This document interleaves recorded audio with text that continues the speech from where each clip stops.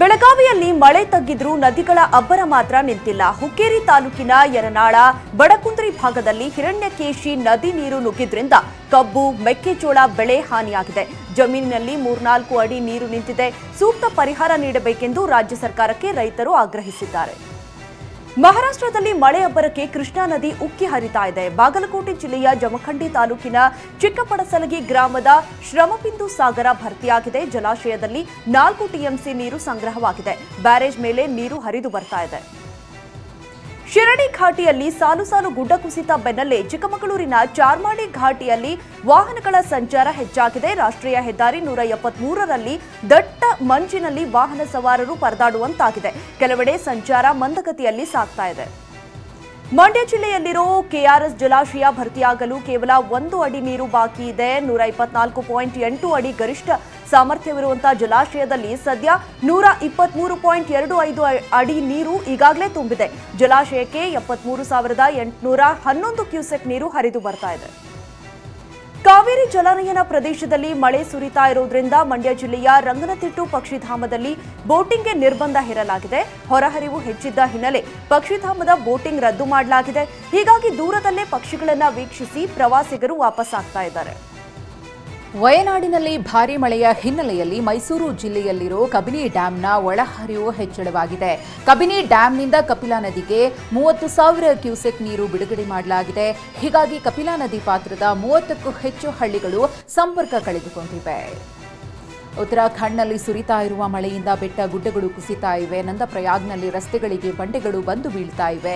ವಾಹನ ಓಡಾಟ ಇರದೇ ಇದ್ದಿದ್ರಿಂದ ಅನಾಹುತ ತಪ್ಪಿದೆ. ಈಗ ಜೆಸಿಬಿ ಮೂಲಕ ಬಂಡೆಗಳ ತೆರವು ಕಾರ್ಯಾಚರಣೆ ಮಾಡಲಾಗ್ತಿದೆ. ಉತ್ತರಾಖಂಡ್ನ ರುದ್ರಪ್ರಯಾಗ್ನಲ್ಲಿ ಭೂಕುಸಿತವಾಗ್ತಾ ಇದೆ. ಭಾರೀ ಮಳೆಗೆ ಹಲವು ಕಡೆ ಬಂಡೆಗಳು ಉರುಳಿ ಬೀಳ್ತಾ ಇವೆ. ಇದರಿಂದಾಗಿ ಹನುಮಾನ್ ದೇಗುಲಕ್ಕೆ ಹೋಗೋ ರಸ್ತೆ ಬಂದ್ ಆಗಿದೆ.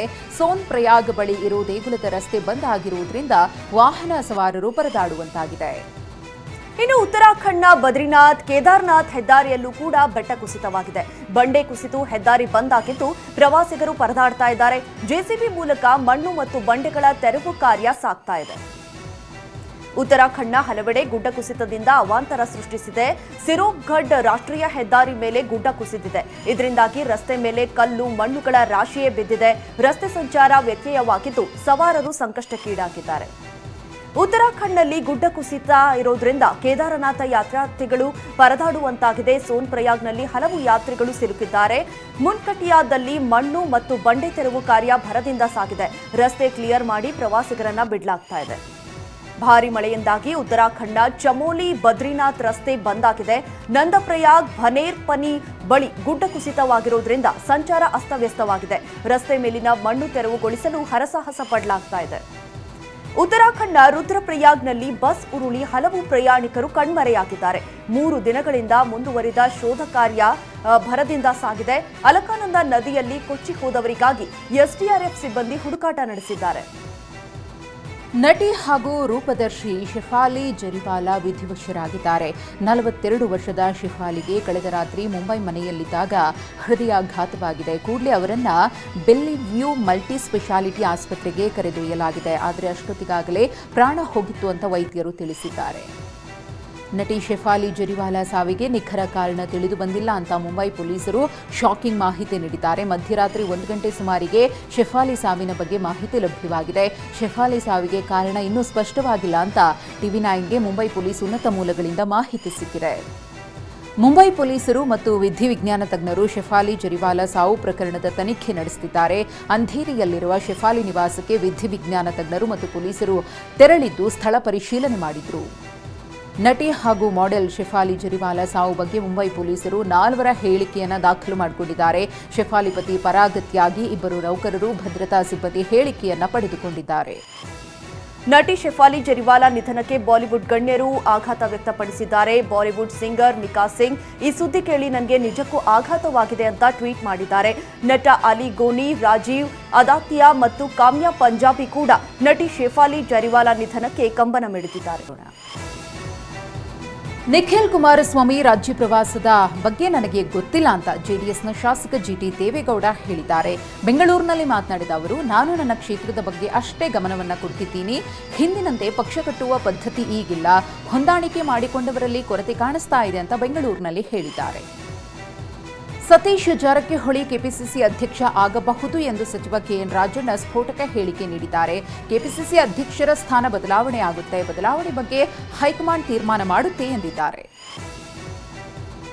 ಆಗಸ್ಟ್ ಸೆಪ್ಟೆಂಬರ್ನಲ್ಲಿ ರಾಜ್ಯ ರಾಜಕೀಯದಲ್ಲಿ ಬದಲಾವಣೆ ವಿಚಾರವಾಗಿ ಸಚಿವ ಕೆಎನ್ ರಾಜಣ್ಣ ಮಾತನಾಡಿದ್ದಾರೆ. ಕ್ರಾಂತಿ ಎಂದರೆ ಹಸಿರು ಕ್ರಾಂತಿಯೂ ಆಗಬಹುದಲ್ವಾ ಅಂತ ಪ್ರಶ್ನಿಸಿದ್ದಾರೆ. ಬರೀ ಕಾಂಗ್ರೆಸ್ನಲ್ಲಿ ಮಾತ್ರ ಕ್ರಾಂತಿ ಎಂದು ಯಾಕೆ ಭಾವಿಸ್ತೀರಿ? ಬಿಜೆಪಿಯಲ್ಲೂ ಕ್ರಾಂತಿ ಆಗುತ್ತಿದೆ, ಕೇಂದ್ರದಲ್ಲೂ ಕ್ರಾಂತಿ ಆಗಬಹುದು ಎಂದಿದ್ದಾರೆ. ಸಚಿವ ಕೆಎನ್ ರಾಜಣ್ಣ ಹೇಳಿಕೆಗೆ ಕೊಪ್ಪಳ ಸಂಸದ ರಾಜಶೇಖರ್ ಹಿಟ್ನಾಳ್ ಪ್ರತಿಕ್ರಿಯೆ ಕೊಟ್ಟಿದ್ದಾರೆ. ಆ ರೀತಿಯ ಬೆಳವಣಿಗೆ ಇಲ್ಲ. ಮುಖ್ಯಮಂತ್ರಿ ಬದಲಾವಣೆ ಕುರಿತು ಯಾವುದೇ ಚರ್ಚೆಯಾಗಿಲ್ಲ. ಇಬ್ಬರು ಶಾಸಕರ ಹೇಳಿಕೆಯಿಂದ ಹಲವರಿಗೆ ನೋವಾಗಿದೆ ಎಂದಿದ್ದಾರೆ. ಕಾಂಗ್ರೆಸ್ ನಾಯಕರ ಹೇಳಿಕೆಯನ್ನ ಗಂಭೀರವಾಗಿ ಪರಿಗಣಿಸಬೇಕಿಲ್ಲ ಅಂತ ಕೇಂದ್ರ ಸಚಿವ ಎಚ್.ಡಿ. ಕುಮಾರಸ್ವಾಮಿ ಲೇವಡಿ ಮಾಡಿದ್ದಾರೆ. ಬೆಂಗಳೂರಿನಲ್ಲಿ ಮಾತನಾಡಿದ ಅವರು, ಕಾಂಗ್ರೆಸ್ ನಾಯಕರು ಮನಸ್ಸಿಗೆ ಏನು ಬರುತ್ತೋ ಅದನ್ನೇ ಹೇಳ್ತಾರೆ. ಅದನ್ನು ಯಾರು ಗಂಭೀರವಾಗಿ ತೆಗೆದುಕೊಳ್ಳಬೇಕಾದಂತಹ ಅನಿವಾರ್ಯತೆ ಇಲ್ಲ ಎಂದಿದ್ದಾರೆ. ದಲಿತ ಸಿಎಂ ಮಾಡೋ ವಿಚಾರ ಕಾಂಗ್ರೆಸ್ ಹೈಕಮಾಂಡ್ಗೆ ಬಿಟ್ಟಿದ್ದು ಅಂತ ಆಹಾರ ಸಚಿವ ಕೆಎಚ್ ಮುನಿಯಪ್ಪ ಹೇಳಿದ್ದಾರೆ. ಬೆಂಗಳೂರಿನಲ್ಲಿ ಮಾತನಾಡಿದ ಅವರು, ದಲಿತ ಸಿಎಂ ಬಗ್ಗೆ ಖರ್ಗೆ ಅವರು ಅವರ ಕಾಲದಿಂದಲೂ ಕೂಡ ಮಾತನಾಡ್ತಾ ಇದ್ದಾರೆ. ಆದರೆ ದಲಿತ ಸಿಎಂ ಅಂತ ಯಾರನ್ನೂ ಮಾಡಲೇ ಇಲ್ಲ ಅಂತ ಹೇಳಿದ್ದಾರೆ. ದೆಹಲಿಗೆ ಬರುವಂತೆ ವರಿಷ್ಠರು ಹೇಳಿದ್ದರು, ಹಾಗಾಗಿ ಹೋಗಿದ್ದೆ ಅಂತ ವಿಧಾನಸಭೆ ವಿಪಕ್ಷ ನಾಯಕ ಆರ್ ಅಶೋಕ್ ಹೇಳಿದ್ದಾರೆ. ಮೈಸೂರಿನಲ್ಲಿ ಮಾತನಾಡಿದ ಅವರು, ದೆಹಲಿಗೆ ಬಂದು ವರದಿ ಕೊಡೋಕೆ ನನಗೆ ಹೇಳಿದ್ದಾರೆ, ಮತ್ತೆ 3 ತಿಂಗಳಾದ್ಮೇಲೆ ಬರೋಕೆ ಹೇಳಿದ್ದಾರೆ ಅಂತ ತಿಳಿಸಿದ್ದಾರೆ. ತಮ್ಮ ನಿವಾಸದಲ್ಲಿ ನಡೆದ ಬಿಜೆಪಿ ನಾಯಕರ ಸಭೆ ಬಗ್ಗೆ ಶಾಸಕ ಅಶ್ವಥ್ ನಾರಾಯಣ್ ಸ್ಪಷ್ಟನೆ ಕೊಟ್ಟಿದ್ದಾರೆ. ಬೆಂಗಳೂರಲ್ಲಿ ಮಾತನಾಡಿದ ಅವರು, ನಾವು ಪ್ರತಿ 15 ದಿನಕ್ಕೊಮ್ಮೆ ಸಭೆ ಮಾಡ್ತಾ ಇರ್ತೀವಿ. ಸರ್ಕಾರದ ವಿರುದ್ಧ ಹೋರಾಟ ಮಾಡುವ ಬಗ್ಗೆ ಚರ್ಚೆ ಮಾಡಿದ್ದೇವೆ. ಲಿಂಬಾವಳಿ ಸಭೆಗೆ ಬಂದಿರುವುದರಲ್ಲಿ ವಿಶೇಷ ಅರ್ಥ ಬೇಡ ಅಂತ ಹೇಳಿದ್ದಾರೆ. ಸಿಎಂ ಸಿದ್ದರಾಮಯ್ಯ ನೇತೃತ್ವದಲ್ಲಿ ನಾಡಹಬ್ಬ ಮೈಸೂರು ದಸರಾ ಪೂರ್ವ ಸಿದ್ಧತಾ ಸಭೆ ನಡೆಯಿತು. ಸಭೆ ಬಳಿಕ ಮಾತನಾಡಿದ ಸಿಎಂ, ಈ ಬಾರಿ ಮೈಸೂರು ದಸರಾ ಜನರ ಮಹೋತ್ಸವ ಆಗಬೇಕು, ಹಾಗಾಗಿ ವಿಜೃಂಭಣೆಯಿಂದ ದಸರಾ ಆಚರಿಸುತ್ತೇವೆ ಅಂತ ಹೇಳಿದರು. ಸೆಪ್ಟೆಂಬರ್ 22ರಿಂದ ಅಕ್ಟೋಬರ್ 2ರವರೆಗೆ ದಸರಾ ಉತ್ಸವ ನಡೆಯಲಿದೆ ಅಂತ ಸಿಎಂ ಸಿದ್ದರಾಮಯ್ಯ ಹೇಳಿದ್ದಾರೆ. ವಿಧಾನಸೌಧದಲ್ಲಿ ಮಾತನಾಡಿದ ಅವರು, ಸೆಪ್ಟೆಂಬರ್ 22ರ ಬೆಳಿಗ್ಗೆ 10:10ಕ್ಕೆ ಮೈಸೂರು ದಸರಾ ಉದ್ಘಾಟನೆಗೊಳ್ಳುತ್ತೆ. ಅಕ್ಟೋಬರ್ 2ರಂದು ಸಂಜೆ 4:42ರಿಂದ 5-6ರ ನಡುವೆ ಜಂಬೂ ಸವಾರಿಗೆ ಪುಷ್ಪಾರ್ಚನೆ ಮಾಡಲಾಗುತ್ತೆ. ಈ ಬಾರಿ 9 ದಿನದ ಬದಲು 11 ದಿನ ದಸರಾ ಆಚರಣೆಗೆ ನಿರ್ಧರಿಸಿದ್ದೇವೆ ಅಂತ ಹೇಳಿದರು. ಈ ಬಾರಿ ದಸರಾ ವೀಕ್ಷಣೆಗೆ 10 ಲಕ್ಷಕ್ಕೂ ಹೆಚ್ಚು ಜನ ಬರೋ ನಿರೀಕ್ಷೆ ಇದೆ ಅಂತ ಸಿಎಂ ಸಿದ್ದರಾಮಯ್ಯ ತಿಳಿಸಿದ್ದಾರೆ. ದಸರಾ ಪೂರ್ವಭಾವಿ ಸಭೆ ಬಳಿಕ ಮಾತನಾಡಿದ ಅವರು, ನುಗ್ಗಲು ಆಗದಂತೆ ನೋಡಿಕೊಳ್ಳಲು ಪೊಲೀಸರಿಗೆ ಸೂಚಿಸಲಾಗಿದೆ. ಈ ಬಾರಿ 21 ದಿನ ಮೈಸೂರಿನಲ್ಲಿ ದೀಪಾಲಂಕಾರ ಇರುತ್ತೆ ಎಂದಿದ್ದಾರೆ. ಈ ಬಾರಿ ಹೊಸ ಸಿಎಂ ದಸರಾ ಉದ್ಘಾಟಿಸುತ್ತಾರೆ ಅಂತ ವಿಪಕ್ಷ ನಾಯಕ ಆರ್ ಅಶೋಕ್ ಹೇಳಿದ್ದಾರೆ. ಅಗ್ರಿಮೆಂಟ್ ಪ್ರಕಾರ ಅಧಿಕಾರ ಬಿಟ್ಕೊಡ್ಬೇಕಾಗುತ್ತೆ. ಅದರ ಟ್ರೇಲರ್ ಇದೀಗ ಪ್ರಾರಂಭ ಆಗಿದೆ. ಅದಕ್ಕೋಸ್ಕರ ಚೇರ್ಗಳ ಕಿತ್ತಾಟ ನಡೀತಾ ಇದೆ ಎಂದಿದ್ದಾರೆ. ಪ್ರೀತಿಸಿ ಮದುವೆಯಾಗಿದ್ದ ನವಜೋಡಿ ಅಪಹರಣಕ್ಕೆ ವಿಫಲ ಯತ್ನ ನಡೆದಿದೆ. ಬೆಂಗಳೂರು ನಗರ ಜಿಲ್ಲೆಯ ಆನೇಕಲ್ ತಾಲೂಕಿನ ಚಂದಾಪುರ ಬಳಿ ನಿನ್ನೆ ರಾತ್ರಿ ಕಿಡ್ನಾಪ್ಗೆ ಮುಂದಾಗಿದ್ರು. ವಿರೋಧ ಮಧ್ಯೆ ಮದುವೆಯಾಗಿದ್ದ ಸಂಜಯ್ ದಿವ್ಯಾ ಅಪಹರಣಕ್ಕೆ ಯತ್ನಿಸಿದ್ದಾರೆ. ತಪ್ಪಿಸಿಕೊಂಡ ನವಜೋಡಿ ಜಿಗಣಿ ಠಾಣೆಗೆ ತೆರಳಿದ್ರು. ಕಲಬುರಗಿಯಲ್ಲಿ ಯುವಕನ ಮೇಲೆ ಪೊಲೀಸ್ ನೈತಿಕ ಗಿರಿ ಪ್ರಕರಣ ಸಂಬಂಧ 6 ಮಂದಿಯನ್ನ ಬಂಧಿಸಲಾಗಿದೆ. ಅನ್ಯ ಕೋಮಿನ ಯುವತಿಗೆ ಡ್ರಾಪ್ ಮಾಡಿದ್ದ ಖಾಸಗಿ ಆಸ್ಪತ್ರೆಯ ಬೈಲಪ್ಪ ಎಂಬುವರ ಮೇಲೆ ಆರೋಪಿಗಳು ಹಲ್ಲೆ ನಡೆಸಿದ್ರು. ಜೂನ್ 26ರಂದು ಬೈಲಪ್ಪ ಮೇಲೆ ಹಲ್ಲೆ ನಡೆಸಲಾಗಿತ್ತು. ಚಿಕ್ಕಮಗಳೂರು ಜಿಲ್ಲೆಯ ಎನ್ಆರ್ಪುರದಲ್ಲಿ ಮಿನಿ ಬಸ್ ಪಲ್ಟಿಯಾಗಿ 3ವರಿಗೆ ಗಂಭೀರ ಗಾಯವಾಗಿದೆ. ಬೆಂಗಳೂರು ಮೂಲದ ಪ್ರವಾಸಿಗರಾಗಿದ್ದ ಮಿನಿ ಬಸ್ ಸಿಗೋಡು ಕೆಫೆ ಬಳಿಯ ತಿರುವಿನಲ್ಲಿ ಚಾಲಕನ ನಿಯಂತ್ರಣ ಕಳೆದುಕೊಂಡು ಪಲ್ಟಿಯಾಗಿದೆ. ಗಾಯಾಳುಗಳು ಬಾಳೆಹೊನ್ನೂರು ಸರ್ಕಾರಿ ಆಸ್ಪತ್ರೆಗೆ ದಾಖಲಾಗಿದ್ದಾರೆ.